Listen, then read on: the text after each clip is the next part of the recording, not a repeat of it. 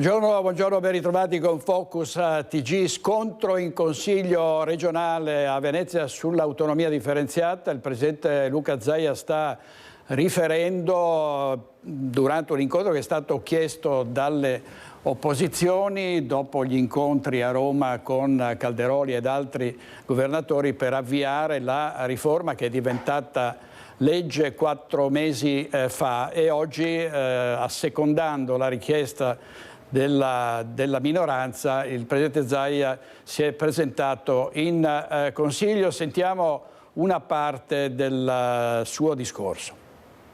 Oggi noi in che fase siamo? Entriamo nel vivo dei ragionamenti. Siamo nella fase della trattativa rispetto alle 9 materie non LEP. Di fatto potremmo dire che l'unica regione che non ha proprio mai chiesto l'autonomia è l'Abruzzo. L'Abruzzo, anche se poi, secondo dichiarazioni del presidente Marsiglio, ha detto che sarebbe eventualmente interessato alle aree marginali di montagna o altre robe, ma del resto è l'autonomia differenziata, più Stato dove ci vuole più Stato, meno Stato dove ci vuole meno Stato, e non è una dichiarazione sovversiva, lo dico quelli che si divertono sempre a commentare ogni mia dichiarazione, ma è esattamente quello che dicono i costituzionalisti, i federalisti, cioè l'autonomia va in questo ambito. L'autonomia è stata richiesta dall'Emilia Romagna, che era la nostra compagna di viaggio, è stata chiesta nel 2019 con delibera regionale dalla regione Campania, è stata chiesta dalla Toscana e da molte altre regioni, ma potrebbe anche essere irrilevante. Oggi noi abbiamo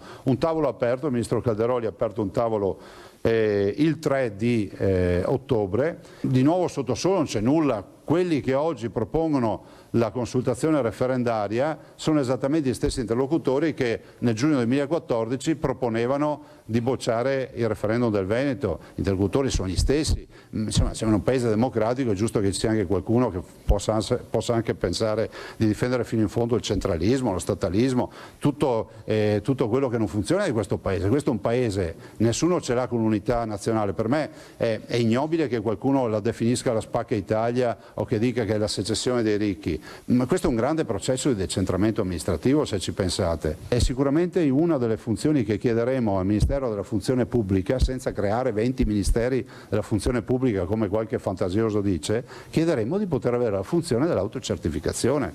Siamo nella fase di attesa dei famosi 60 giorni per avere le prime risposte dei ministeri rispetto a quella che è un'ipotesi di lavoro, neanche di approvazione di lavoro. Vi ho già detto, verosimilmente si va nella direzione di pensare in questa prima fase di cercare di fare un negoziato a 4 regioni che possono condividere, che so, 5, 6, 7 materie, quello che sarà, con delle funzioni diciamo che saranno più o meno simili, e quindi sarà anche per noi una prova, un banco di prova, visto e considerato che, insomma, che è abbastanza articolata tutta questa attività.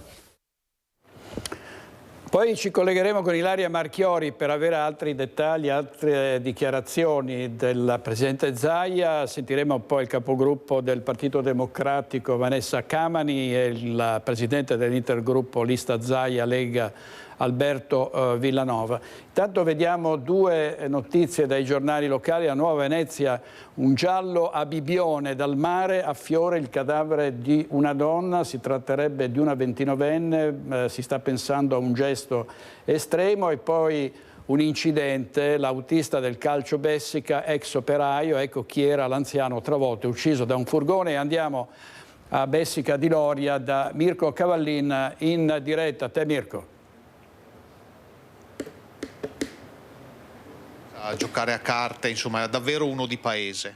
Certo, assolutamente sì, ed è quello che tiene viva una persona anziana come Aldo, che comunque aveva 88 anni, ma era una persona molto, molto in gamba.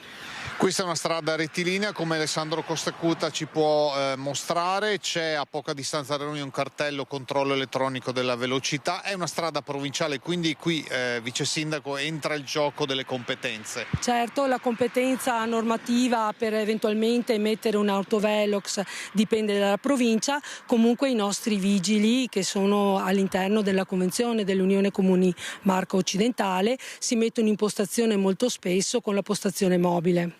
Il sindaco ha invocato nelle prime dichiarazioni di ieri anche l'installazione di un autovelox, perché qui è centro urbano, sarebbero 50 all'ora, ma oggettivamente stando qui in questi minuti è difficile che qualcuno stia sotto quella soglia. Sì, purtroppo è un rettilineo, anche se dovrebbe essere nella coscienza delle persone. Quando vedi abitazione agli ambi lati della strada dovresti sapere che devi correre poco e comunque rispettando i limiti della velocità, insomma.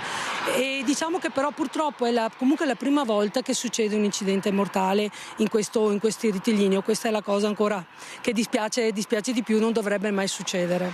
Dispiace perché Aldo era uno abituato a girare in bicicletta a piedi, tra l'altro qui siamo su un marciapiede, sull'altro lato c'è una pista ciclabile, qui si vede ancora i segni appunto lasciati dall'impatto, si parla di uno sbalzo di una cinquantina di metri sul corpo di Aldo. Ieri è una bellissima giornata, può essere che sia stato un abbaglio del sole da parte sua, perché il conducente del furgone arrivava da ovest verso est, quindi aveva il sole alle spalle. Sì, diciamo che ero appena passata proprio ieri e stavo notando questa cosa, che il sole ci accecava, cioè nel senso che anche se tu mettevi il parasole non avevi visibilità. Adesso qui comunque diciamo che la dinamica dell'incidente è al vaglio delle autorità. Comunque dispiace, colpa di uno, colpa di l'altro non ha importanza, perché comunque c'è una persona che è venuta a mancare. E manca appunto alla comunità. Aldo lascia la moglie e anche i due figli che abitavano proprio a pochi passi dal punto in cui ci troviamo. Per il momento con Alessandro Costacuta da Bessica di Loria è tutto, grazie al vice sindaco Lucia Sbrissa, a te direttore. Grazie a Mirko Cadolin. Prosegue purtroppo inarrestabile questa sequenza degli incidenti stradali e ieri a Vicenza è stata emessa la sentenza contro il camionista che aveva investito e ucciso il campione del ciclismo Davide Rebellin. Del popolo italiano, il Tribunale di Vicenza, visti gli articoli 533 e 535 del Codice di procedura penale, dichiara Rieke Wolfgang responsabile del reato scrittoli e riconosciutegli le circostanze attenuanti di cui agli articoli 62 bis e 62 numero 6 del Codice penale, lo condanna alla pena di anni 4 di reclusione oltre al pagamento delle spese processuali e di mantenimento in carcere. La sentenza dice colpevole. In tribunale a Vicenza il camionista Wolfgang Rieke è condannato a 4 anni di reclusione. Una storia che inizia il 30 novembre del 2022, quando il campione veneto di ciclismo Davide Rebellin viene travolto e ucciso dal tir tedesco a Montebello Vicentino. Wolfgang Rieke, 63 anni, subito dopo l'incidente si ferma ma poi riparte per la Germania. Per questo l'accusa di omicidio stradale è aggravata dalla fuga, un reato per cui il pubblico ministero aveva chiesto una condanna a 5 anni di reclusione. Ci aspettavamo una pena superiore rispetto a quella che era stata proposta in sede di patteggiamento, che era di 3 anni e 11 mesi, una pena leggermente più pesante, ma ripeto, insomma, la nostra è una presa d'atto, in quanto insomma, parlare di soddisfazione in questi casi non si può, in quanto ovviamente, scusate la frase fatta, ma Davide Rebellin è deceduto. Messo agli arresti domiciliari in un appartamento del Trevigiano, Wolfgang Rieke il 23 maggio di quest'anno è stato colpito da un ictus ischemico. Per la gravità delle sue condizioni il camionista è tornato in Germania, dove si trova tuttora in cura. Se lui oggi era impossibilitato ad esserci, c'erano invece i familiari di Davide Rebellin, il fratello Carlo e la mamma Brigida, che, chiusi in un composto silenzio, non hanno voluto rilasciare dichiarazioni. Hanno affidato le loro parole a un comunicato in cui si dicono moderatamente soddisfatti, sottolineando che però Davide non tornerà. Sono stati accompagnati in aula dal loro legale, l'avvocato Davide Picco, e dal consulente Alessio Rossato. Diciamo che la pena è relativa per loro, nel senso sono felici comunque sia stata presa una decisione e che sia stato dato questi 4 anni. Ovviamente non può compensare la perdita di una persona cara. Dispone la revoca della patente di guida di Rieke Wolfgang e manda al prefetto di Vicenza per i provvedimenti di competenza.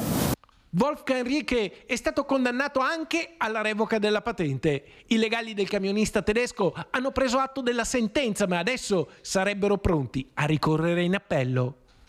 Non è andata meglio delle nostre aspettative, in quanto comunque ci sono vari elementi anche su quella che è stata la dinamica dell'incidente, che possono portare a conclusioni ancora più favorevoli al nostro assistito, e di conseguenza poi in appello cercheremo di far valere anche queste ulteriori ragioni. Visto che Carlo Alberto e Inghilleri, andiamo adesso in diretta a Padova da Valentina Visentina per la parte tecnica, da Federico Cibotto, perché Michael Liguori, calciatore del Padova, condannato per stupro, ha comunque giocato nonostante la condanna e c'è molta indignazione in città. A te Valentina. Sì, buongiorno direttore. Ha scatenato molte polemiche qui a Padova la decisione di far giocare domenica Michael Liguori, l'attaccante del Calcio Padova, che la settimana scorsa era stato condannato in primo grado dal Tribunale di Teramo per violenza sessuale, uno stupro commesso nel 2018. Quando Liguori, 19enne, militava con il Pescara in Serie D ai danni di una ragazzina di 14 anni, una violenza che sarebbe venuta insieme ad un altro amico di Liguori nei confronti appunto di una 14enne e di una 15enne. 6 anni dopo la sentenza di primo grado, commentata tra le altre cose dal Calcio Padova con una stringata nota nel quale il presidente Francesco Peghini e l'amministratore delegato Alessandra Bianchi avevano dichiarato che la società si astiene dal commentare, da esprimere alcun tipo di valutazione in merito alla vicenda fin tanto che la giustizia non si sarà espressa in tutti i suoi gradi di giudizio. Da qui poi la decisione di convocare Liguori e di farlo scendere in campo nella partita di domenica di campionato. Questa scelta ha ovviamente indignato la politica, che si è espressa anche con l'assessore comunale Cristina Piva, che insomma ha definito discutibile questa decisione, e anche con la consigliera regionale Elena Nostanella, che ha commentato come il calcio abbia perso ancora una volta l'occasione di poter mandare un messaggio forte contro la violenza di genere e contro la violenza nei confronti delle donne. Ma quello che più fa discutere in città è che nessuno abbia rivolto un pensiero anche alle due vittime, queste ragazze che da 6 anni stanno affrontando una vicenda giudiziaria vissuta poi in tenera età. Noi siamo venuti al Centro Veneto Progetti Donna perché parliamo sempre dell'importanza di denunciare, poi le donne però si trovano anche a dover vivere queste storie. Sì, sicuramente i tempi della giustizia, 6 anni per avere una decisione dopo una denuncia, sono un tempo enorme e di grande ingiustizia per tutte le donne che invitiamo a denunciare in tutte le nostre dichiarazioni, a partire dalle istituzioni, ma anche noi come centro antiviolenza. Nel momento in cui una donna decide di uscire dal silenzio della violenza e decide di denunciare, quel momento è il momento più importante, più doloroso per la donna, che deve essere veramente portato all'attenzione di chi poi raccoglie questa denuncia. Noi non possiamo pensare che le donne poi debbano aspettare così tanto tempo prima di ottenere giustizia e di avere, diciamo, una definizione nella loro vita. Pensiamo che quando si denuncia uno stupro, soprattutto la vittimizzazione secondaria, quindi lo stigma di questa denuncia, arriva soprattutto a chi quella violenza l'ha subita, perché soprattutto se chi è stato denunciato è una persona potente o comunque che fa parte della società in modo visibile, ecco, le vittime che denunciano sono doppiamente vittime perché vengono stigmatizzate, spesso allontanate anche dai loro luoghi dove vivono, perché vengono colpevolizzate rispetto appunto ad aver rovinato la vita a queste persone che appunto nella sfera pubblica occupano posizioni importanti ed eminenti. Un po' questo avviene anche qui. Nessuno si è chiesto come stavano le ragazze, come stanno le ragazze. Sappiamo solo da qualche battuta in qualche quotidiano che appunto queste ragazze hanno dovuto lasciare la scuola, hanno avuto molti problemi dopo che hanno sporto querela. Siamo più preoccupate di come sta il giocatore dopo la partita piuttosto di come stanno le due ragazze che appunto, secondo questa sentenza, avrebbero subito uno stupro anche, insomma, quando erano molto giovani, erano minorenni. Sì, non stiamo parlando di garantismo, perché si è usata tanto anche questa parola in questi giorni, il fatto che insomma ci siano altri 2 gradi di giudizio prima che si metta la parola fine, almeno dal punto di vista processuale di questa vicenda. È una una questione anche di buon senso. Io dico anche di precauzione. Ci sono degli stati, ad esempio in Islanda, quando un giocatore è coinvolto in un processo per questo tipo di reati viene sospeso fino a che il processo non viene definito dalle partite della nazionale, ad esempio. Sono scelte che derivano anche da come una società vede la violenza, se la considera un fenomeno grave, un fenomeno che deve avere anche una, diciamo, sanzione sociale, che non è solo quello della giustizia e dei tribunali, ma che dopo deve riconoscere anche appunto a livello sociale, fuori dalle aule dei tribunali, se questa cosa la consideriamo una cosa grave oppure no. Ecco direttore, questo insomma il nostro punto di vista, nel senso abbiamo sentito il Centro Veneto Progetti Donna, ricordando che è sempre opportuno denunciare, qui lo ricordiamo anche il numero verde del centro antiviolenza 881 46 81. Ricordando questi numeri importanti restituisco la linea allo studio. Valentina Visentin a Federico Cibotto, il nostro operatore. Andiamo invece ad Abano Terme, dove era scoppiato l'incendio all'hotel Alexander. Davvero è stata sfiorata una strage, 273 persone che sono state evacuate proprio durante il divampare delle fiamme e la Procura di Padova ha aperto un'inchiesta per incendio colposo. Sono stati tutti dimessi i 44 ospiti dell'hotel Alexander rimasti intossicati e feriti durante l'incendio scoppiato nella notte tra sabato e domenica. Ieri in serata hanno lasciato l'ospedale di Padova anche gli ultimi 3 ricoverati, 3 persone che avevano riportato delle fratture cadendo dalle scale negli attimi concitati della fuga dai piani invasi dal denso fumo nero. Intanto la Procura di Padova ha aperto un'inchiesta. L'ipotesi di reato e di incendio colposo sembrano infatti non esserci dubbi sul fatto che le cause del rogo siano accidentali.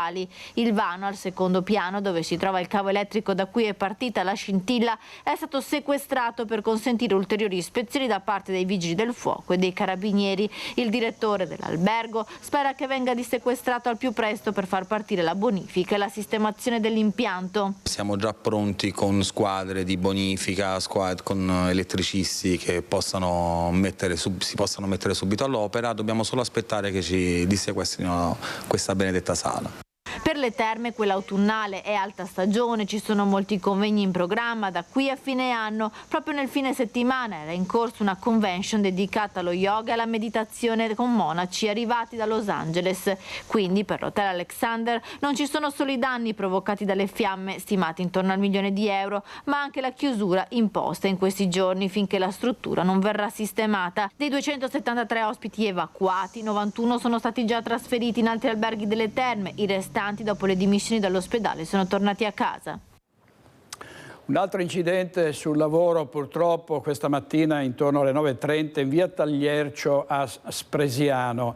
Un operaio di 56 anni di San Donà di Piave è caduto dal tetto del locale bocciodromo dove stava lavorando. L'uomo è stato trasportato in ospedale in gravi condizioni, ma non è allo stato in pericolo di vita. Procede lo Spisal unitamente a personale della locale stazione dei Carabinieri.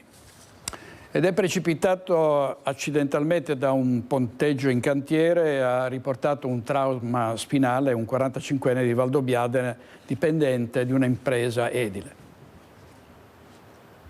L'ennesima caduta, l'ennesimo drammatico infortunio sul lavoro, 8:30 del mattino, via Roccate, Ferrari a Valdobbiadene.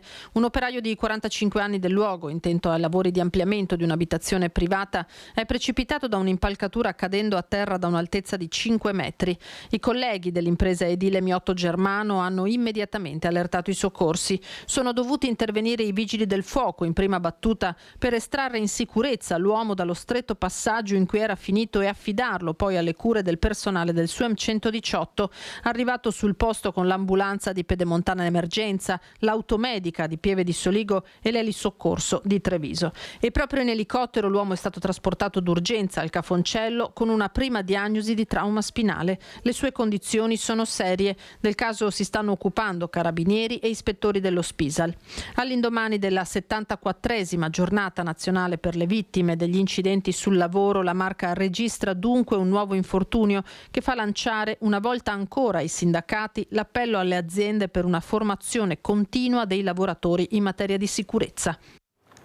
Servizio di linea Paronetto, verrà affidato domani l'incarico per ricostruire l'esatta dinamica dell'incidente, quindi anche la velocità a cui stava procedendo la motrice che giovedì scorso ha travolto e ucciso a Padova la 12enne ucraina che stava attraversando il passaggio a livello di via Friburgo. Sul tratto di binario che attraversa via Friburgo e il quartiere Stanga, dedicato ai convogli merci, non si può viaggiare a più di 30 km/h. Questo è il limite imposto dalla legge e questo è quello che dovrà chiarire la perizia tecnica affidata dalla Procura di Padova per capire a quanti km/h stava procedendo il treno che giovedì pomeriggio ha investito la piccola Olesia Ciprianciuc, la studentessa 12enne, morta mentre attraversava il passaggio a livello nel tratto in cui è previsto un attraversamento pedonale. I filmati delle telecamere hanno confermato che la ragazzina stava attraversando nel momento in cui le sbarre erano abbassate. La procura ha indagato per omicidio colposo i 2 macchinisti della locomotrice che era diretta all'Interporto di Padova, un atto dovuto per consentire tutti gli accertamenti tecnici necessari per ricostruire l'esatta dinamica dell'incidente, avvenuto mentre la piccola Olesia stava tornando a casa da scuola in compagnia di altre 3 amichette che invece hanno fatto in tempo a passare prima del treno. I 2 macchinisti, vedendo la 12enne, hanno tentato di frenare ma non sono riusciti ad evitare l'impatto letale per la studentessa, morta alcune ore dopo nel reparto di terapia intensiva della pediatria di Padova. Sono stati pubblicati i dati ACI-Istat sugli incidenti stradali, vittime e feriti nelle province d'Italia. In Veneto la maglia nera a Venezia, più di 26 vittime in un anno.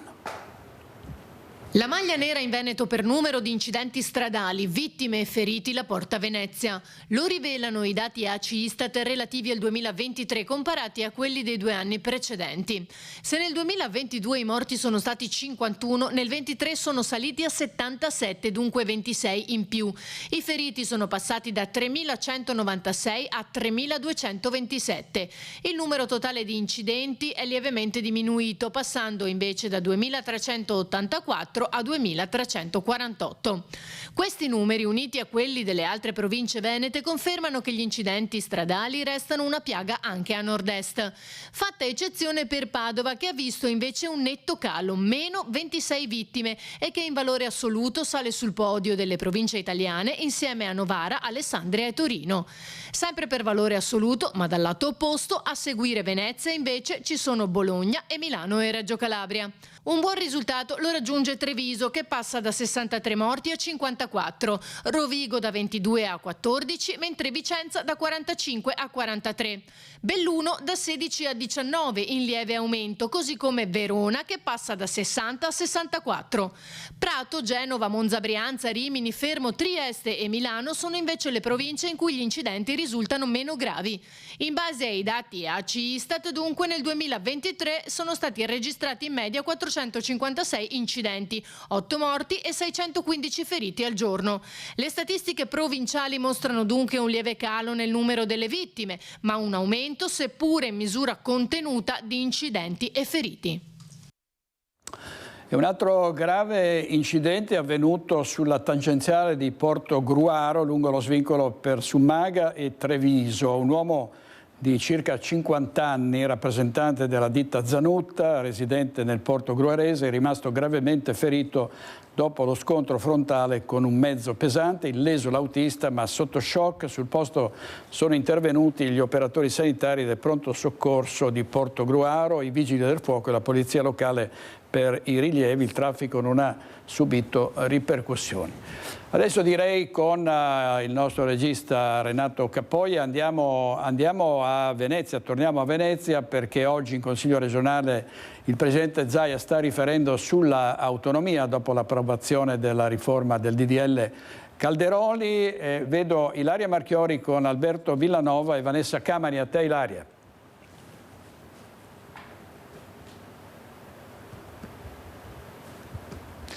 Sì, buongiorno direttore, buongiorno ai nostri telespettatori. Siamo qui in una delle stanze di Palazzo Ferrofini. Si sta svolgendo, è ancora in corso la discussione sull'autonomia. Questa mattina è arrivato il presidente Luca Zaia, un incontro che il Consiglio chiedeva da tempo e che oggi c'è stato con tutti i consiglieri. La prima ad avere la parola questa mattina, dopo ovviamente l'intervento del presidente Zaia, è stata Vanessa Camani, che è proprio qui con noi, capogruppo del Partito Democratico. Camani, lei come ha esordito? Ce lo dica lei. Intanto fa un po' strano, no? Lo diciamo ai veneti, che l'autonomia, che è l'unico argomento di cui si parla in questa regione da decenni, è la prima volta che viene discusso con la presenza del presidente Zaia in quest'Aula dal 2017. Io ho fatto a Zaia, al presidente, una semplicissima domanda alla quale non mi ha risposto nel suo intervento, e cioè concretamente a come l'autonomia può essere utile ai veneti e ai problemi gravi che la nostra regione sta attraversando. Ho chiesto di lasciare fuori da quest'Aula del Consiglio regionale le polemiche, le ideologie, le posizioni strumentali e di stare nel merito, perché noi dentro il Consiglio regionale siamo chiamati a rispondere ai bisogni delle persone che abitano in questa regione. A questa domanda non ho avuto risposta e dunque, a mio giudizio, il fallimento di Zaia, cioè lo slogan su cui il Presidente della Regione ha puntato tutte le sue fiche in questi 15 anni, è un totale fallimento per la nostra regione. Ecco, ovviamente una posizione che non era per niente condivisa e che ha controbattuto praticamente immediatamente con Alberto Villanova, giusto capogruppo Zaia? Sì, buongiorno. No, è surreale sentir parlare di fallimento del presidente Zaia quando dopo anni di attesa finalmente è stata approvata la legge Calderoli. L'autonomia è qualcosa che, come vediamo noi, può portare delle funzioni, delle materie al Veneto, finalmente può far diventare la regione Veneto autonoma su alcune materie, come previsto dalla Costituzione, generando dei risparmi che possono essere reinvestiti in Veneto. Purtroppo il PD vuole che quei risparmi vadano comunque dati anche alle regioni del sud. Purtroppo ho sentito dire che l'ideologia doveva rimanere fuori, invece ne abbiamo sentita tanta anche oggi. Noi sappiamo che stiamo lavorando sul mandato dei veneti. I veneti hanno già votato un referendum, 2.300.000 e più hanno votato al 98,1%. Noi stiamo andando avanti con quel mandato e il presidente sa di avere quel mandato alle spalle. Quindi questo è qualcosa che vuole il popolo veneto, a prescindere che sia leghista o no, perché sappiamo che tanti elettori del PD hanno votato l'autonomia e quindi noi stiamo lavorando per il popolo veneto per far diventare la regione Veneto finalmente autonoma. Ecco Camani, lei che tra l'altro aveva chiesto, era stata una delle consigliere che aveva chiesto più e più volte che ci fosse questo incontro proprio per discutere dell'autonomia e di tutto quello che ne consegue con il presidente Zaia, ha parlato anche delle materie. Sì, perché vede, ha ragione il collega Villanova quando dice il presidente Zaia ha il mandato a trattare l'autonomia da parte dei veneti. Il presidente Zaia ha vinto col 77%, quindi il fatto che Zaia rappresenti la nostra regione anche nelle richieste di autonomia non c'è dubbio. Il punto è che tra rappresentare e governare, cioè ottenere dei risultati, ci passa un treno. Abbiamo sentito di materie, di funzioni, non ce n'è una che mi sembra utile per risolvere i problemi del Veneto. Il presidente in aula addirittura ha parlato dell'autocertificazione, degli uffici dei giudici di pace. Ora io penso che in una regione in cui non vengono pagate le borse di studio a chi ne ha diritto, i posti nelle case di riposo non sono sufficienti, il personale sanitario è disperato, il dissesto idrogeologico manda sott'acqua una volta alla settimana i nostri comuni, davvero parlare di autonomia per l'autocertificazione o l'ufficio del giudice di pace è una presa in giro dei veneti, soprattutto ancora più grave perché avviene da parte di chi avrebbe non solo il diritto ma il dovere di rappresentare i bisogni della nostra regione. Ecco Villanova, presa in giro, la vedo sorridere, quindi la faccio replicare senza farle nemmeno la domanda. No, perché come è stato detto in aula prima, quando è stato detto che il Presidente rappresenta i Veneti ma non governa il Veneto, il PD non ha mai rappresentato e non governa il Veneto, non l'ha mai governato e probabilmente non lo governerà mai se continua così. È surreale anche quello che stiamo sentendo adesso, cioè sentire parlare di dissesto idrogeologico quando la nostra è una delle regioni che interviene di più, che ha investito di più sul dissesto idrogeologico. Basta vedere in qualche regione amministrata da loro poco a distanza da noi noi cosa sta succedendo e cosa succede ogni volta che piove. Quindi sinceramente è qualcosa che rimando al mittente, ma noi stiamo portando avanti una battaglia per rendere il paese intero più efficiente, per che ci siano meno sprechi e finalmente che ci sia responsabilità da parte di chi amministra, perché siamo troppo stanchi di sentire sempre le regioni del sud che si lamentano per il divario che c'è tra sud e nord, quando l'autonomia deve ancora arrivare. Questo divario è dovuto all'incapacità di governare e a un centralismo che sta soffocando i territori, che sicuramente non fa bene a noi e non fa bene neanche al sud. Ecco, il presidente Zaia anche poco fa durante un'intervista ha detto: ci sono voluti 7 anni ma siamo arrivati a questo punto che è un buon punto. Sono molti ora i veneti che si chiedono quando e se lo chiede anche più di qualcuno, si arriverà a una concretezza, a concludere questo percorso che è stato oggettivamente lungo. Il percorso non sarà breve, questo bisogna dirlo ai veneti, perché vedete la contraerea che abbiamo contro questo progetto di autonomia, un progetto costituzionale che è stato firmato dal presidente Mattarella, e nonostante questo c'è una contraerea costante da parte di le parti di opposizione che hanno raccolto le firme per referendum e ogni tanto anche qualche parte della maggioranza. Ma noi confidiamo che con la perseveranza che abbiamo sempre avuto in questa battaglia riusciremo a portare a casa piano piano le varie materie per far diventare la regione il Veneto una regione autonoma. Grazie ad Alberto Villanova, Vanessa Camani. Qui da Venezia è tutto, restituisco la linea allo studio. Grazie Daria Marchiori e a Sandro Ponchio. Andiamo avanti sempre con polemiche politiche. I debiti della superstrada pedemontana incideranno sui servizi della sanità, lo ha detto il consigliere regionale del PD Andrea Zanoni in vista del dibattito a Palazzo Ferrofini sul bilancio regionale. 110 milioni di euro in 3 anni. A tanto ammonta il peso della superstrada pedemontana veneta sul bilancio della regione. Un bilancio, secondo il consigliere del PD Andrea Zanoni, da lacrime e sangue. È una previsione veramente molto negativa per i contribuenti veneti, ma rose e fiori rispetto a quello che potrebbe essere, perché a mio avviso sarà molto peggiore. Perché questi 110 milioni di euro di buco sono previsti con delle entrate da pedaggio molto superiori a quelle che saranno. Secondo Zanoni gli attuali flussi di traffico e le entrate derivate dai pedaggi sono molto inferiori a quelli che la Regione intende realizzare nel prossimo triennio. La superstrada pedemontana veneta si dimostra economicamente parlando come un cappio al collo per tutti i contribuenti veneti che si stringe sempre di più man mano si va avanti. Per 39 anni dalle tasche della Regione, quindi dei veneti, uscirà un canone medio di 300 milioni all'anno a favore del privato che ha in concessione la superstrada. La previsione di incasso dei pedaggi è di circa 120 milioni.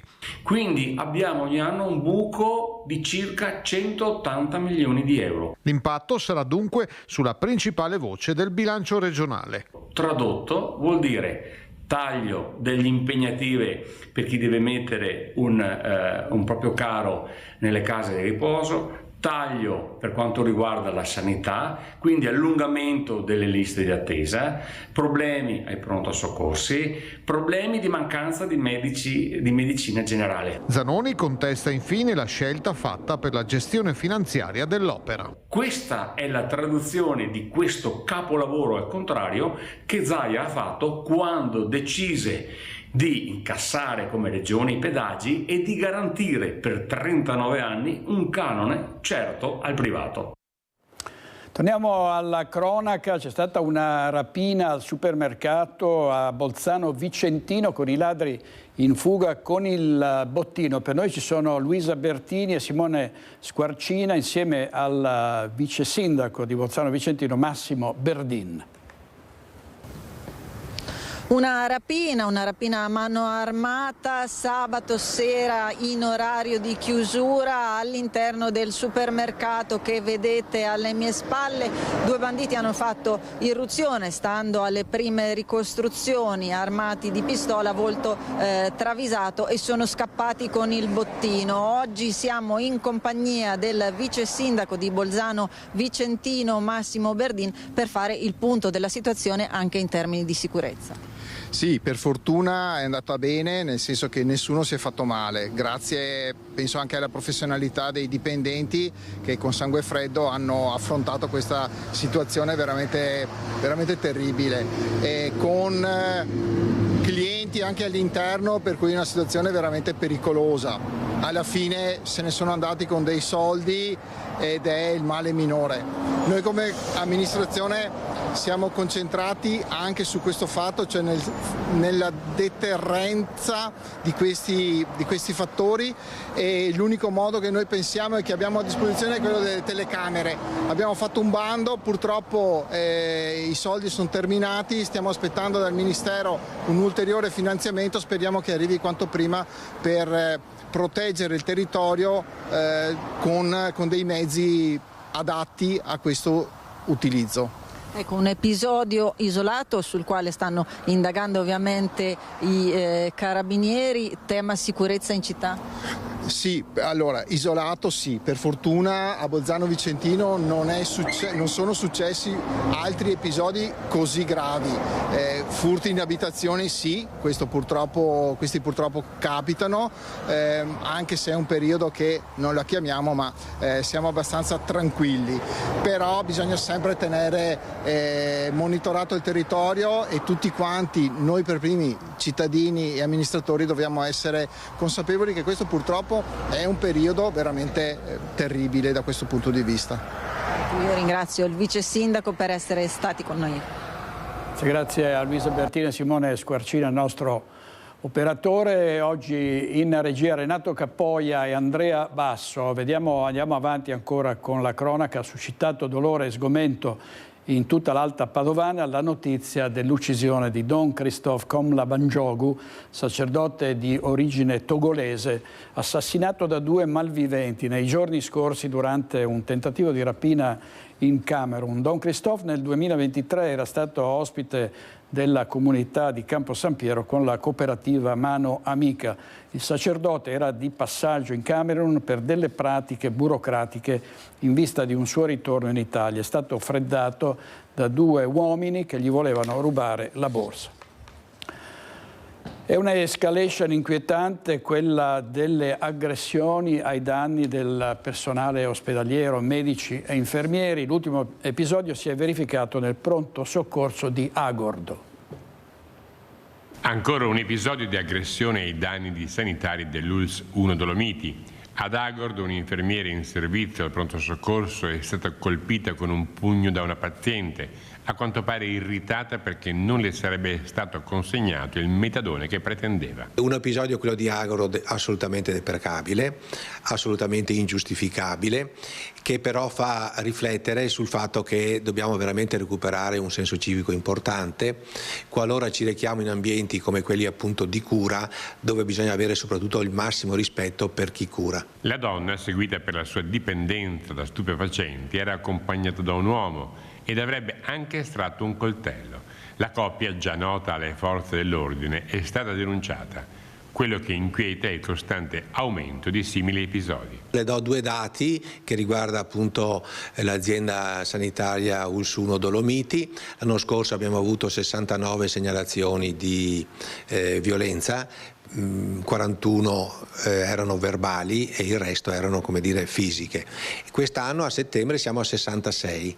Quindi vuol dire che siamo di fronte a un fenomeno che sta, come dire, si sta sviluppando in maniera preoccupante da questo punto di vista. Certo, non è possibile sicuramente avere un presidio di sicurezza in ogni ospedale, però insomma, ecco, bisogna mettere in atto quelle misure di vigilanza che sono importanti anche per detendere un po' questi aspetti. Proprio oggi ULSS 1 Dolomiti e prefetto avrebbero dovuto firmare un protocollo d'intesa a tutela dei lavoratori ospedalieri, firma slittata a domani per cause esterne all'accaduto, ma che proprio alla luce dello stesso diventa assolutamente urgente e indispensabile. Avevamo questo appuntamento che per cause di forza maggiore viene rinviato. È la firma di un protocollo che sottolinea l'impegno che azienda sanitaria e prefettura hanno assunto nei confronti della sicurezza dei lavoratori e in particolare appunto dei lavoratori in ambito sociosanitario.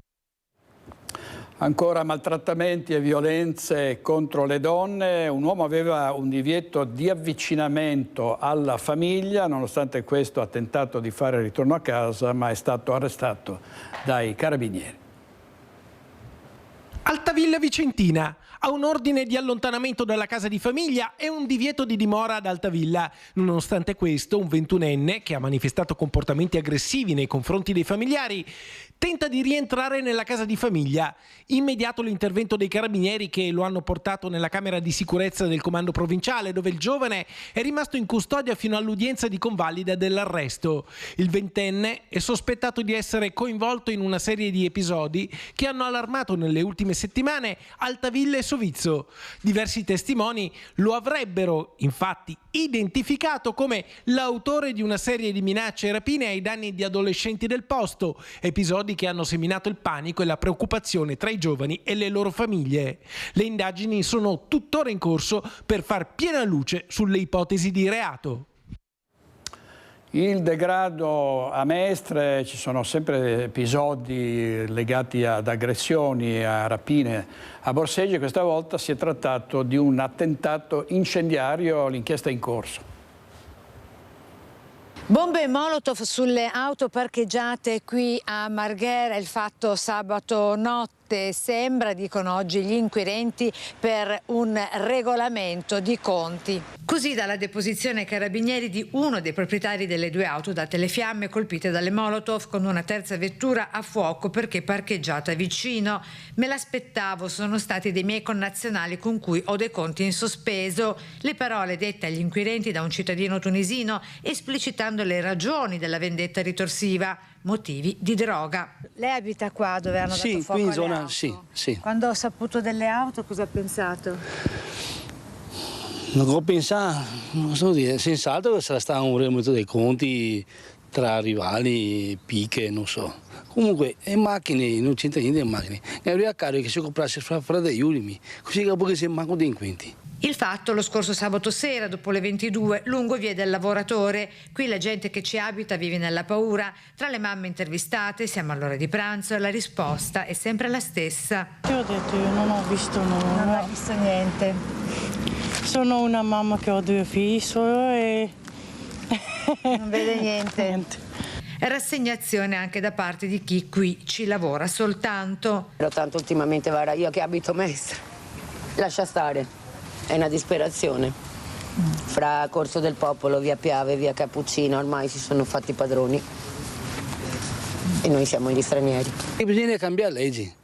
Il governo Meloni o chi che sia in carica, che facesse pene più severe.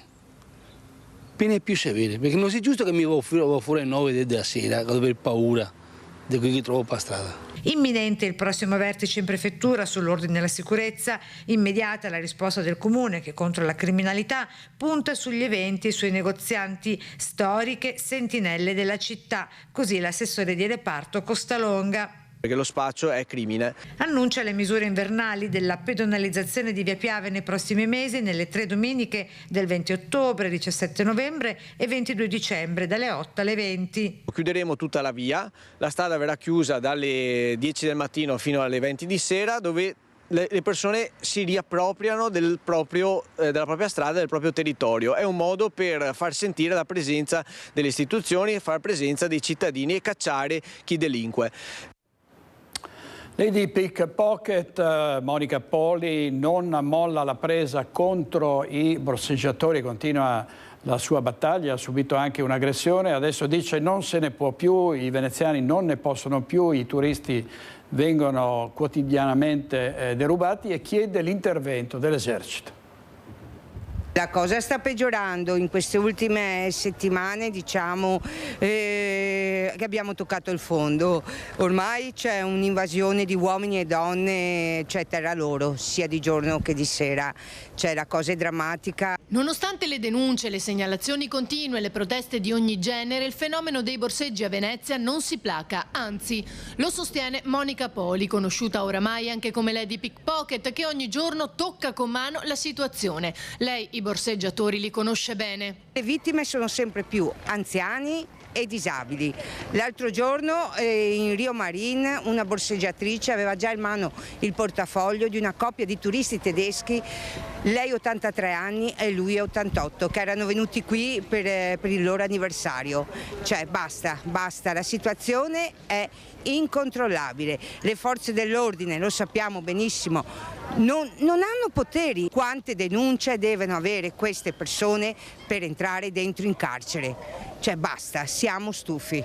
In altri paesi, dice, le azioni nei confronti dei borseggiatori ci sono. Ci sono stati 9 arresti in Olanda e in Spagna addirittura è stato chiuso un ostello Meta dove vivevano i borseggiatori. Qui abbiamo addirittura le borseggiatrici che alloggiano a Montegrotto Terme. Le zone vanno presidiate in Calzapoli. Ferrovia, Piazzale Roma, San Tomà, Accademia, Calle Valaresso e Fondamente Nuove, ecco, che sono i pontili presi più d'assalto. Borseggiano davanti alla luce del sole senza ritegno, cioè non gliene frega niente, sanno che restano impuniti. Così come quando aggrediscono i dipendenti ACTV e per cui ormai, dice Poli, sembra che nessuno prenda più una posizione. Non ho sentito nessun sindacato riguardo la tutela degli operatori della CTV che vengono presi, l'ultima aggressione, quella della bottigliata,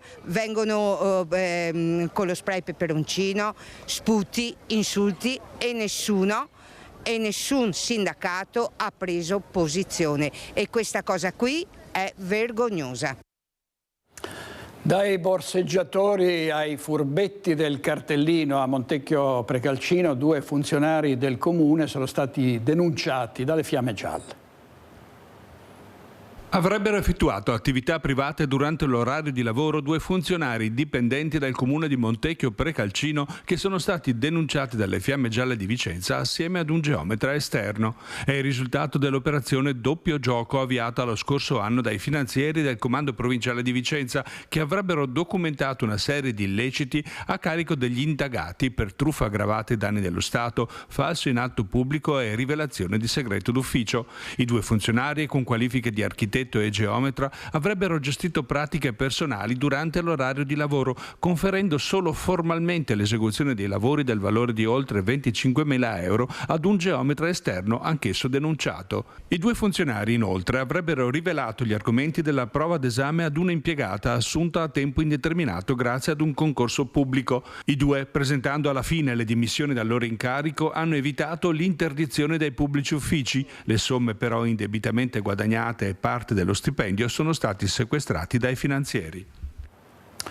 Vendita illegale di gratta e vinci sequestrati dalla Guardia di Finanza di Treviso, oltre 700 tagliandi in un bar della Marca. Vediamo.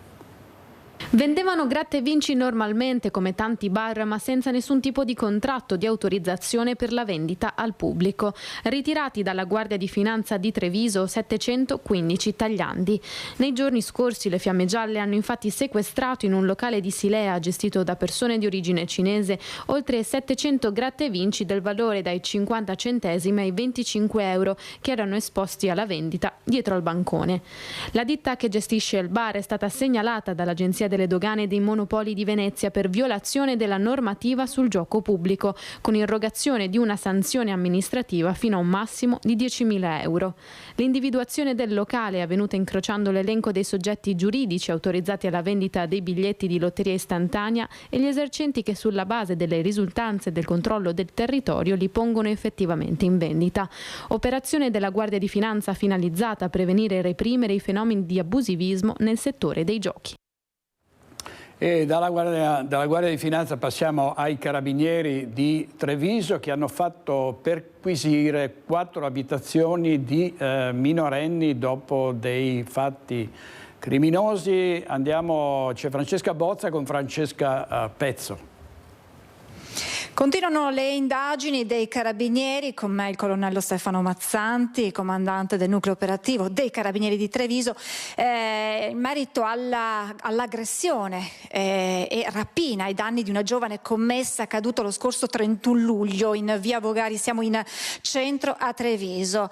La ragazza stava transitando, stava camminando con la bicicletta, si è trovata di fronte a questi ragazzini minorenni, ha chiesto loro loro di lasciarla passare e da lì è scattata la violenza. L'hanno strattonata, addirittura le hanno lanciato contro delle sedie dei locali che si affacciano sul vicolo, ha riportato alcune ferite e poi le hanno strappato la borsetta con all'interno diversi oggetti personali e anche di valore. Da lì è scattata la denuncia.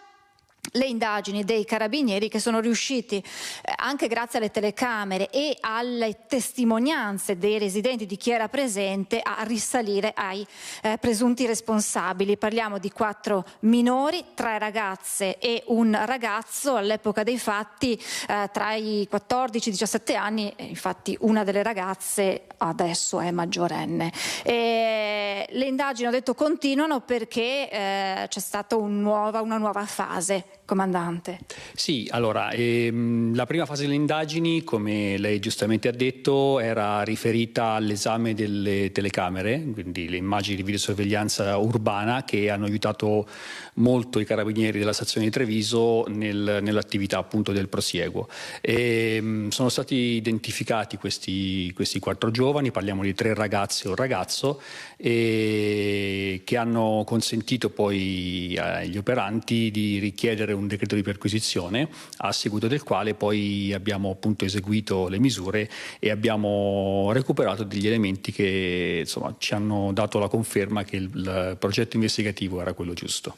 Ecco, è possibile capire che elementi avete trovato in queste perquisizioni che vi hanno, che sono appunto legate poi all'evento di cui stiamo parlando? Beh, allora in questi casi chiaramente quando si fa riferimento alle immagini di videosorveglianza si va a cercare tutte quelle cose che possano dare la conferma dell'identità delle persone che vengono riprese dalle telecamere. In questo caso sono stati trovati vestiti che i ragazzi indossavano al momento dell'aggressione e quindi questo ci dà sicuramente un valore aggiunto nell'attività investigativa.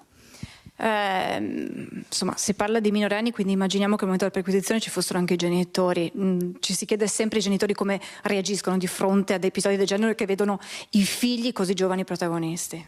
Beh, allora chiaramente i genitori rimangono sempre un po' stupefatti di quello che è il riscontro dell'attività investigativa. Chiaramente parlo anche da padre, nessuno di noi vorrebbe vedere coinvolti i propri figli in queste circostanze, però chiaramente una volta presa coscienza c'è sicuramente un momento di confronto tra il minore e il genitore che cerca di comprendere qual è la portata di quello che è successo e soprattutto come si è arrivati a questo. Questa è la dimostrazione di come le forze dell'ordine siano impegnate sul territorio a contrastare quelle che ormai vengono definite le baby gang. Tra l'altro c'è anche la presa di posizione forte da parte della questura, perché vi leggo i dati: sono stati 7 i minori colpiti tra i mesi di marzo e luglio di quest'anno dal provvedimento di prevenzione dell'avviso orale adottato dalla questura su proposta dei carabinieri di Treviso, per ragazzi che siano resi responsabili di cosa, comandante? Sì, parliamo sempre di questi crimini di strada, questi street crimes, che sono episodi che sono di piccola portata ma che chiaramente messi nel tempo e nel susseguirsi ravvicinato degli eventi danno sicuramente una percezione di sicurezza minore. Il provvedimento di prevenzione sicuramente è un provvedimento che nasce per altri scopi, chiaramente, ma applicato in queste circostanze serve come momento di confronto anche con i giovani, per fargli comprendere che il loro comportamento li può portare su un declino molto rapido verso comportamenti più gravi.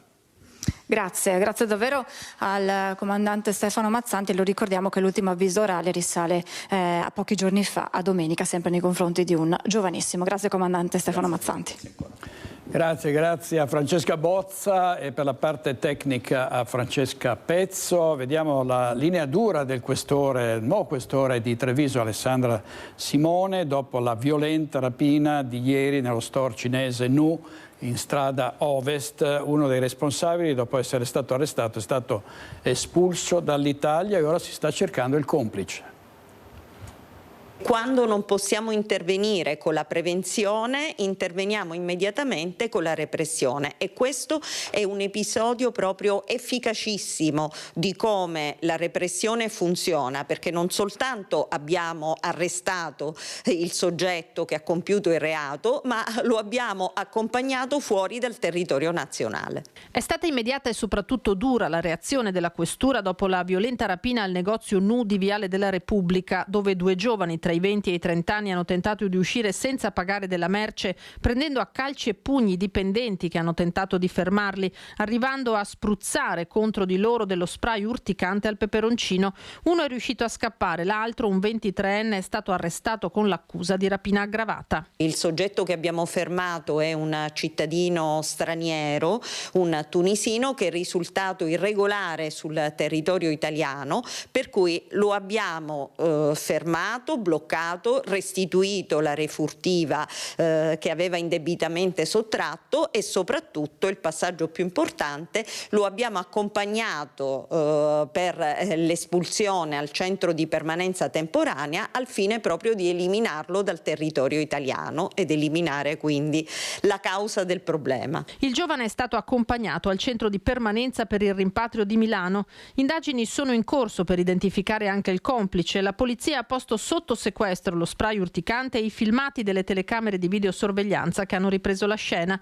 Lo store è gestito da quasi 10 anni da cittadini cinesi. I titolari raccontano l'accaduto, ma preferiscono non apparire per paura di ritorsioni. Già un paio di mesi fa, ci spiegano, i soggetti in questione erano entrati nel negozio sottraendo della merce. Stavolta sono stati tenuti d'occhio. Le ragazze sono andate fuori dal negozio, oltre la cassa, a aspettarli, di chiederle cosa hanno preso, di rientrare e pagare quello che hanno preso, e si sono presi, hanno corso e poi hanno minacciato, hanno picchiato un po' i nostri ragazzi, sì, e hanno tirato fuori dalle tasche il peperoncino che l'ha spruzzato addosso alle nostre ragazze. Nel frattempo è arrivata la polizia, che ha bloccato e arrestato il 23enne, un'aggressività mai vista, spiegano i negozianti. Va bene rubare, però questa è stata la violenza più grossa che abbiamo subito. I 2 commessi, che nella colluttazione hanno riportato contusioni, come pure la dipendente raggiunta al volto dallo spray, sono stati medicati in pronto soccorso e rimandati a casa. Resta la preoccupazione per un settore, quello del commercio,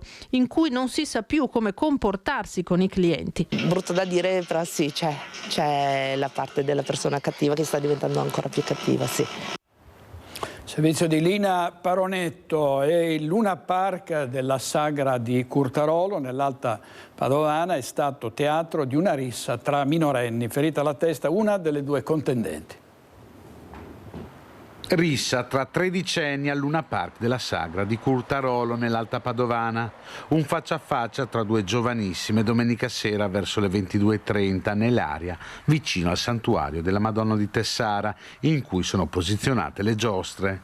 Il diverbio, che ha coinvolto anche le compagnie di amici delle 2 ragazzine, si è fatto dei toni sempre più accesi e dalle parole si è passati ai fatti. Uno spintone però ha fatto cadere una delle 2, una tredicenne residente nel comune di Curtarolo, che ha sbattuto la testa contro una pedana metallica. Attimi di paura, poi la giovane è stata soccorsa e medicata dal personale del 118 presente come presidio alla manifestazione, scongiurando danni più gravi.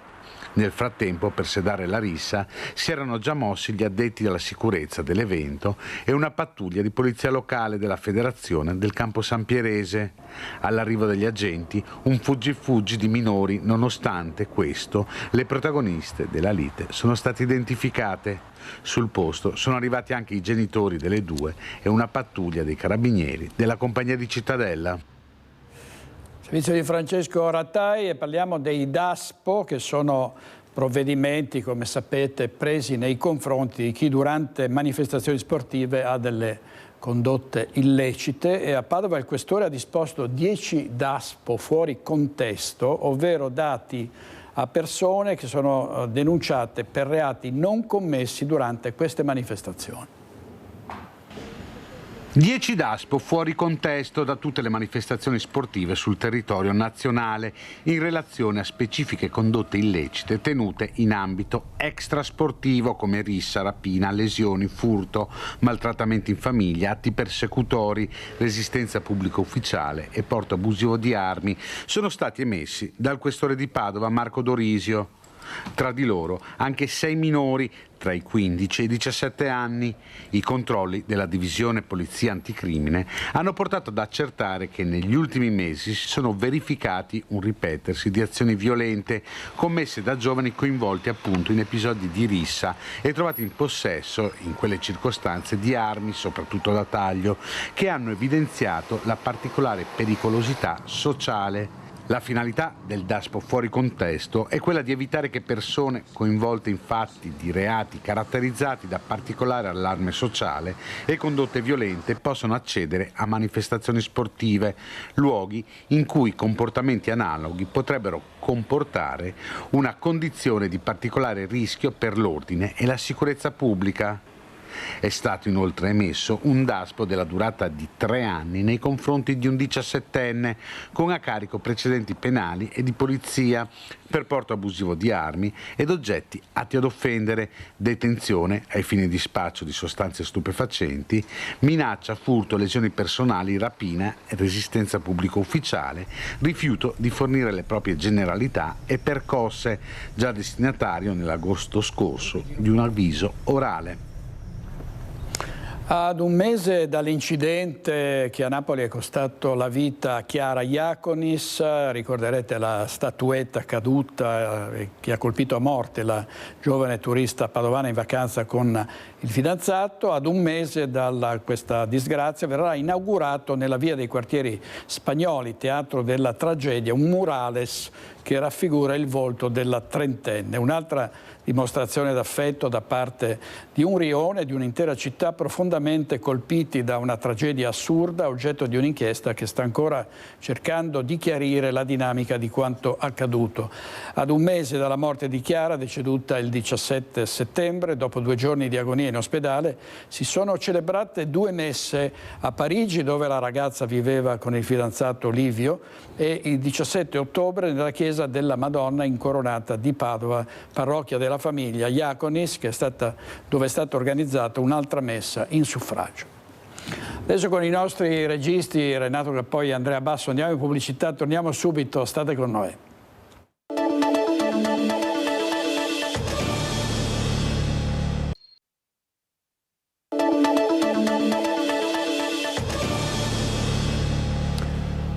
L'inchiesta è processo una bomber, la seconda fase, l'udienza, la prossima, quella che doveva svolgersi ieri, è stata rinviata al 24 febbraio, infatti i periti hanno bisogno di più tempo per depositare le loro relazioni. L'avvocato Maurizio Paniz, dopo il rinvio dell'udienza, ha detto: provo amarezza per tutte quelle persone che non c'entrano nulla con la vicenda ma vengono tenute sulla corda. Sentiamo.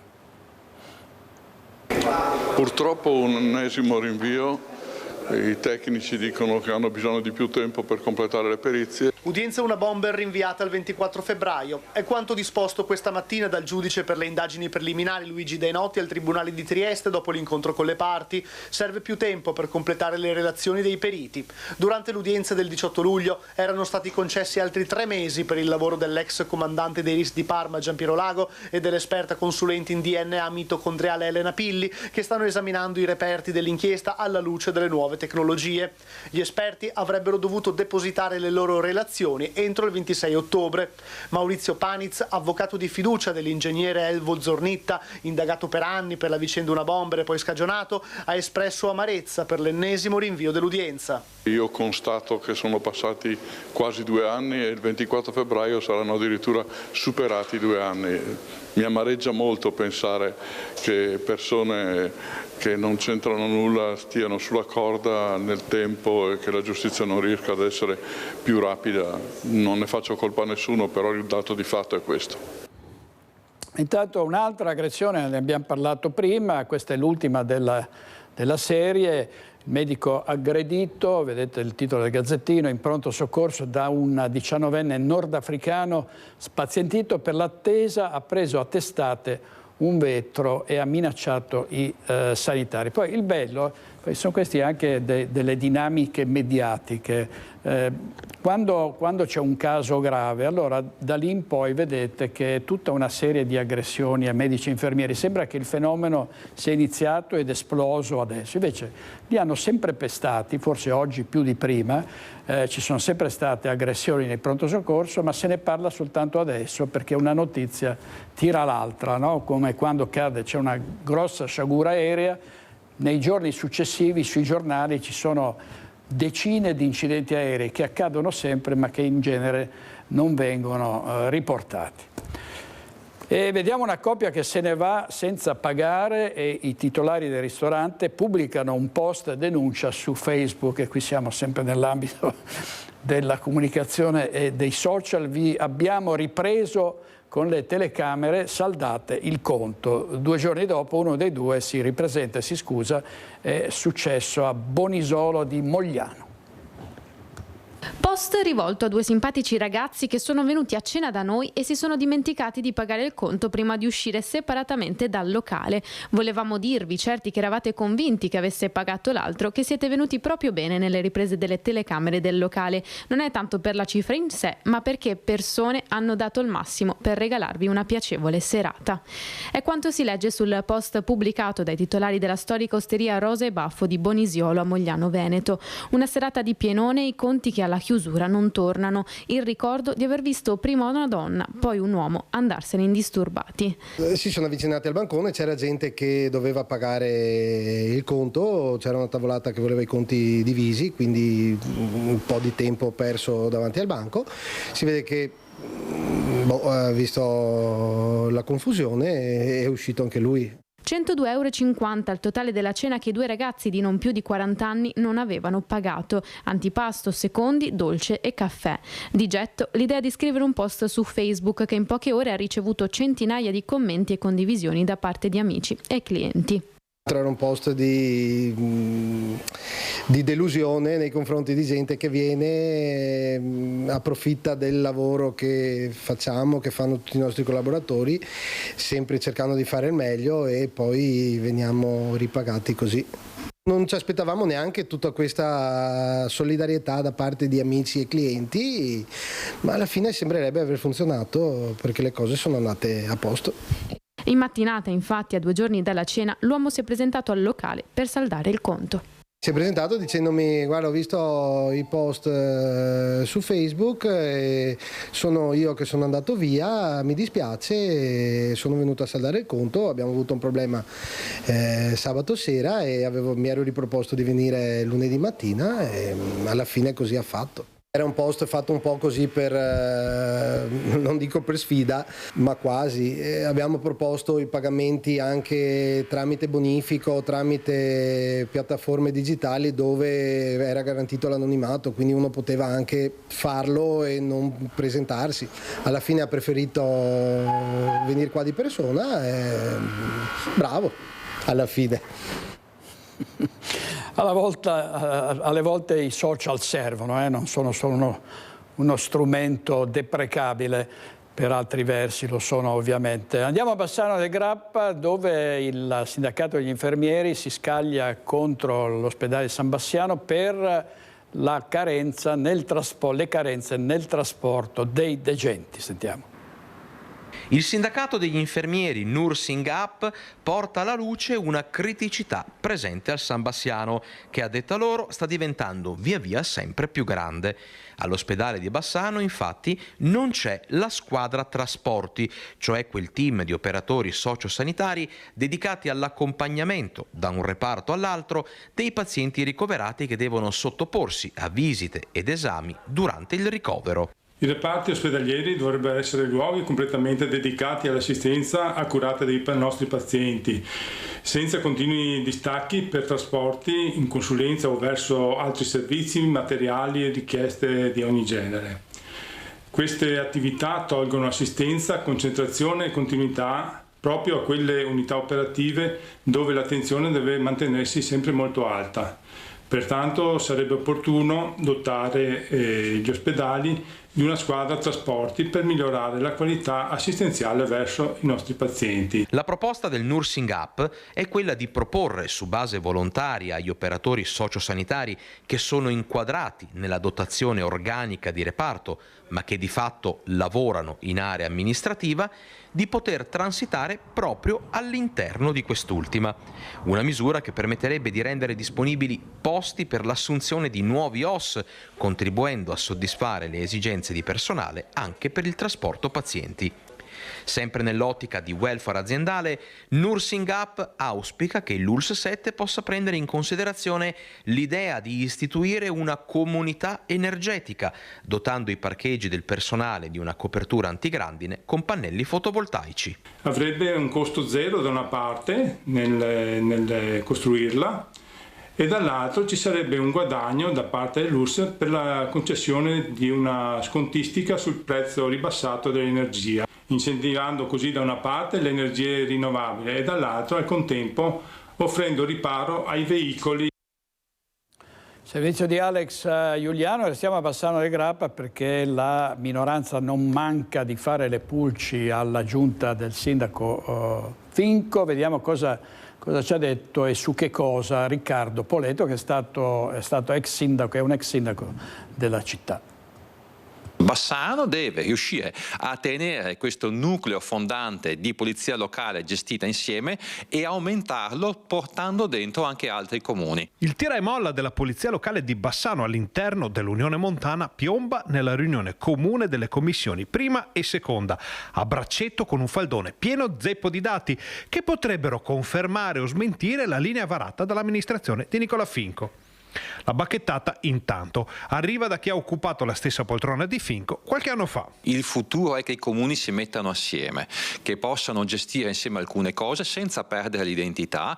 Bassano oltretutto ha la fortuna di avere una leadership naturale di una vasta area pedemontana. Quante volte ce lo siamo detti che Bassano è la capitale della pedemontana veneta. Tutto questo, secondo molti, va visto nell'ottica di un'area vasta in cui Bassano è capoluogo, capofila e punto di riferimento, anche per la sicurezza. Ci sono comuni che confinano con Bassano che hanno i vigili che dipendono da Tiene. Io non ho niente contro Tiene, anzi, ma è un non senso. Politiche virtuose che possono portare fondi in caso di aggregazioni e che ne hanno già portato in passato. Quando cominciamo questa operazione ormai 7-8 anni fa, subito venimmo premiati in 2 tranche di finanziamenti di centinaia di migliaia di euro da parte della regione, che ci ha premiati per il fatto che facevamo polizia locale insieme con dei finanziamenti. Abbiamo messo un sistema di controllo targhe, di videotelecamere, di vigilanza telematica grazie a questi finanziamenti. A Lanzè di Quinto Vicentino sono iniziati i lavori per la posa dell'antenna 5G, un'opera a cui i residenti si erano opposti da mesi. L'ultima spiaggia è ricorso al TAR presentato da qualche giorno. Sappiamo con certezza che le onde magnetiche a una certa distanza possono risultare pericolose, quindi capisco pienamente le preoccupazioni di questa comunità e le supporto. Ritengo che una soluzione diversa poteva essere trovata collocando l'antenna in una località più distante da questa piccola comunità. Monta dunque la preoccupazione dei residenti di Lanzè, frazione di Quinto Vicentino nei pressi del confine con la provincia di Padova, che oggi hanno visto l'arrivo delle ruspe in via Giovanni Paolo I per realizzare le fondamenta di un traliccio alto 41 metri. Sorreggerà gli apparati di un'antenna telefonica 5G. Immediatamente era sorto un comitato cittadino per impedire la realizzazione dell'opera ad appena 50 metri dalle abitazioni. Deluso anche il sindaco che, non avendo modo di opporsi al progetto statale finanziato dal PNRR, aveva proposto un sito alternativo nei pressi del cimitero. Sì, abbiamo cercato anche fino all'ultimo, fino a venerdì, l'ultima telefonata che abbiamo fatto per capire insomma se c'erano ancora margini per poter delocalizzare l'antenna. Purtroppo INWIT ci ha detto no, il tempo purtroppo per noi è necessario per realizzare l'opera entro il 31 dicembre. Sì, no, molto preoccupata perché è una una cosa che fa male per salute. Abbiamo 2 bambini che diciamo per il loro futuro dovrebbe esserci qualcosa diciamo diverso, sì, soluzioni diverse anche con tecnologia che arriva, ecco. Abbiamo fatto un ricorso al TAR, abbiamo raccolto firme, abbiamo fatto un ricorso, adesso non so quando andrà in porto perché io di queste cose non mi intendo. Almeno questa ancora c'è qualche speranza. No, si spera, però... Ascolto i cittadini certamente e abbiamo cercato di dare ascolto in tutti i modi possibili, anche ascoltando il comitato, e saremo anche disponibili a intrattenerli in una serata portando degli esperti che magari studiano il settore da tanti anni e conoscono meglio di chiunque altro eventuali danni che possono arrecare queste radiofrequenze. Ed è aumentata la sensibilità per l'ambiente, per la tutela del territorio. Ci sono cittadini che fanno moltissimo. Sono stati raccolti, per fare un esempio, 3 quintali di immondizie lungo il Brenta in occasione della seconda edizione della giornata ecologica di Cartigliano. Ha riscosso anche quest'anno un grande successo la giornata di Gio a Cartigliano, iniziativa ecologica giunta alla seconda edizione che prende il nome proprio dal suo ideatore, Giovanni Menon. La seconda giornata ecologica ed è la giornata di Gio. Qua con noi abbiamo Gio e abbiamo tutti i bambini. Ecco perché abbiamo tutti i bambini davanti, perché noi vogliamo educare all'ambiente, educare a tenere pulito l'ambiente. Questo è il punto da cui partiamo. Grazie a 50 volontari equipaggiati a dovere e con il supporto di ETRA e degli amici del Brenta sono stati raccolti ben 3 quintali di immondizie lungo il Brenta e nel circondario. Una carta plastica, metalli, mascherine e tutti quanti. Non solo social, quindi non solo segnalazioni, ma educazione alle azioni concrete. È una giornata dove i cartiglianesi, i cittadini, i bambini, i ragazzi, le famiglie possono dimostrare veramente l'amore che hanno per il proprio territorio, un'azione concreta per dimostrare che si può agire per il bene del nostro fiume Brenta, per il bene di tutto Cartigliano. Domani l'Agenzia Europea del Farmaco si pronuncerà sul farmaco che rallenta il progredire della distrofia muscolare di Duchenne. Elena Semenzato, la mamma di Mogliano che da anni si batte perché il medicinale resti a disposizione dei pazienti, insieme ad altri 2 genitori sarà ad Amsterdam. A sorpresa abbiamo ricevuto riscontro alla mail che avevamo inviato qualche giorno fa, dove appunto avevamo scritto a CHMP di EMA che saremmo stati lì come genitori. Elena Semenzato, insieme ad un'altra mamma di Novara e ad un papà tedesco, mercoledì sarà ad Amsterdam, nella sede di CHMP di EMA, nel giorno in cui verrà deciso il futuro di Translarna, farmaco che rallenta il progredire della distrofia muscolare di Duchenne nei pazienti con mutazione genetica. I genitori avevano comunicato all'Agenzia del Farmaco la loro presenza in Olanda. Inaspettatamente da EMA la risposta scritta, nella quale viene chiesto di comunicare il numero dei presenti e l'ora di arrivo nella sede di CHMP. Per noi è già comunque un faro di speranza essere stati considerati e aver ricevuto una risposta. Abbiamo sentito un interessamento e stanno capendo che noi veramente non scherziamo quando diciamo che se le cose vanno male andiamo alla Corte Europea. La Corte Europea come ultima spiaggia per 800 famiglie che da un anno stanno vivendo con il fiato sospeso in attesa di capire quale sarà il futuro di Translarna. Il farmaco aveva ricevuto da parte di CHMP 2 stop che avevano portato i genitori a rivolgersi alla Commissione Europea, che con una decisione storica aveva invitato l'Agenzia Europea del Farmaco a rivedere le proprie conclusioni, prendendo in considerazione i dati di vita reali, supportati anche dai pareri dei sanitari al fianco di queste mamme e papà. Ma secondo EMA i risultati presi in considerazione non sono sufficienti per mantenere sul mercato Translarna, che in agosto aveva ricevuto un nuovo parere negativo. È una grande sfida, mi rendo conto, anche per l'Agenzia del Farmaco, perché non è che ci sono dei mostri, ok? Diciamo che in questo momento ci sarebbe il bisogno da parte un po' di tutti di collaborare. Elena e gli altri 2 genitori mercoledì hanno intenzione di non rimanere fuori dalla porta in attesa della decisione. Noi invece vogliamo proprio esporre la nostra volontà di chiedere di avere un'udienza anche solo con il Presidente. È stata Genova a dominare per il terzo anno consecutivo la sfida ai remi tra galeoni nella 69esima edizione del Palio delle Antiche Repubbliche Marinare. Il bilancio di Venezia è ancora una volta deludente, solo un terzo posto nella gara maschile e quarto in quella femminile. Continua il dominio assoluto di Genova al Palio delle Antiche Repubbliche Marinare. Nelle acque di casa sul campo di gara di Pra, il galeone della città ospitante ha vinto la 69esima edizione della competizione di canottaggio con pieno merito e un grande distacco, sia per la gara maschile che in quella femminile. Lo stesso finale che per il maschile si ripete da ormai 3 anni con Genova vincitrice. Venezia si è dovuta accontentare del terzo posto dietro i campioni di Genova e all'ottimo secondo posto del giovane equipaggio di Pisa in piena ricostruzione, lasciandosi alle spalle solo Amalfi. Si è conclusa così una 2 giorni ricca di appuntamenti non solo sportivi ma anche culturali, di amicizia, gemellaggio e scambio di doni e tradizioni tra le 4 città marinare. Venezia, che guida l'Albo d'Oro con 34 successi, seguita da Amalfi e ora anche da Genova con 12 e Pisa con 8, è a digiuna di vittorie dal 2019, quando la gara si disputò proprio a Venezia. Gli uomini hanno ribadito la loro grande capacità attraverso l'esperienza che hanno acquisito negli ultimi anni, quindi a loro un grande ringraziamento che va al di là di quello che è il risultato ottenuto, che è un terzo posto. A Venezia diciamo che ogni regata ha una sua storia e questa è una sua storia.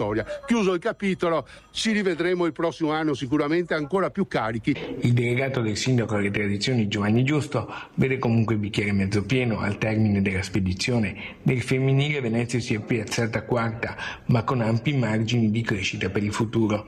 La manifestazione è nata e si è disputata per la prima volta nel lontano 1956. Non si è disputata solo nel 2020 causa Covid. Prossimo appuntamento ad Amalfi nel maggio 2025 per l'edizione numero 70. Venezia ha dimostrato comunque, semmai ce n'era bisogno, di essere sempre all'altezza, sia nella regata femminile che nella regata maschile. Quindi nei prossimi anni avremo grosse sorprese attraverso l'equipaggio femminile. Allora, conto alla rovescia per il quarto trofeo Alpago, la quarta edizione di una corsa di regolarità di auto d'epoche, auto moderne, che si svolgerà in Alpago. Sentiamo in diretta telefonica l'organizzatore, l'imprenditore Pier Vincenzo De Pra. Buongiorno Presidente. Buongiorno Direttore Baciali, buongiorno. Allora, intanto diciamo subito la grande novità di questa edizione: ci saranno equipaggi di persone non vedenti, che mi pare una novità molto significativa.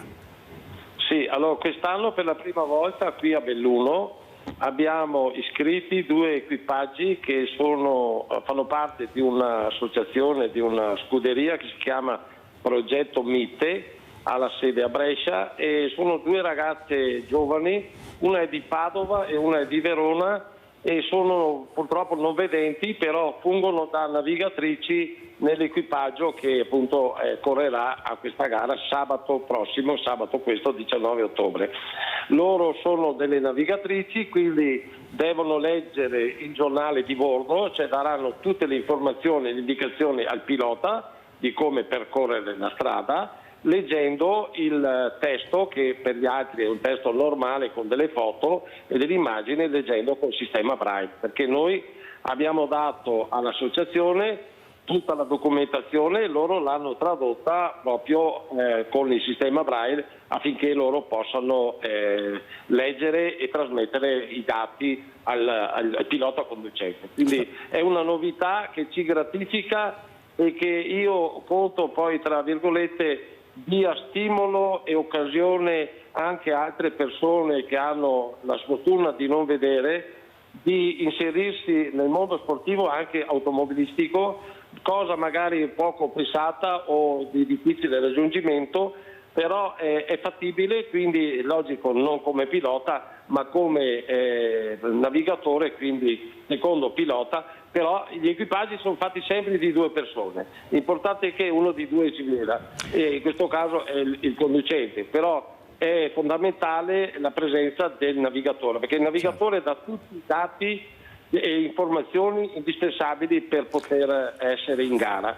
Quindi questa volta abbiamo questa occasione. Ecco, senta, dottor De Pra, quante sono le auto in gara complessivamente, gli equipaggi? Allora abbiamo ad oggi più di 40 macchine.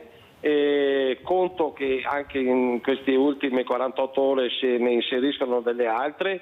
Comunque diciamo che io in qualità di organizzatore mi ritengo di essere soddisfatto, perché sento altri miei amici collaboratori o ad altri organizzatori continuamente c'è un po' di penuria nelle iscrizioni, perché non solo per i costi, anche forse perché la gente ha mancanza di tempo a partecipare. Però qui abbiamo un percorso di 150 km, 30 prove cronometriche, il tutto si sviluppa in una conca meravigliosa che si chiama l'Alpago, quindi attorno al lago, e attraversiamo la foresta del Cansiglio. Quindi se abbiamo la fortuna a questo punto che sabato il tempo non sia impervio, sicuramente chi verrà a questa gara avrà la possibilità anche di godere di un panorama favoloso. Io non sono un promotore turistico, però io abito nel Pago, lo amo, e quindi dico venite nel Pago perché merita visitarlo. Ci sarà sicuramente molto pubblico. Ricordiamo a che ora la partenza, il giorno, diamo tutte le coordinate?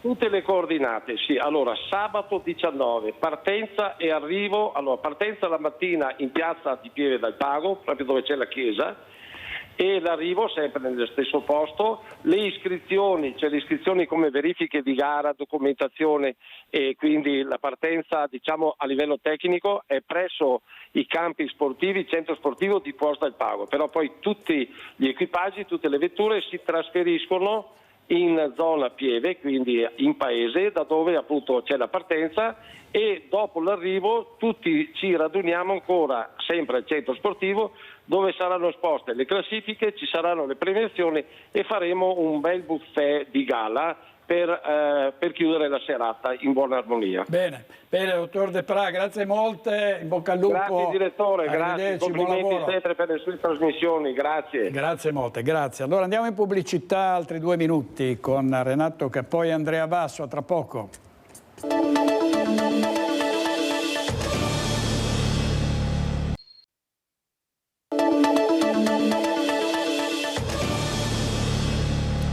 Ci resta solo il tempo per darvi l'elenco degli ospiti di questa sera a Focus alle 21:15. Ci saranno Joe Formaggio, Giuseppe Pan, Claudio Borgia, Alberto Gottardo, Morena Martini, Alessandro Martini e Fabrizio Amadori. Non perdetevi l'appuntamento con Focus alle 21:15. Grazie a tutti per aver scelto la nostra informazione. Buona giornata.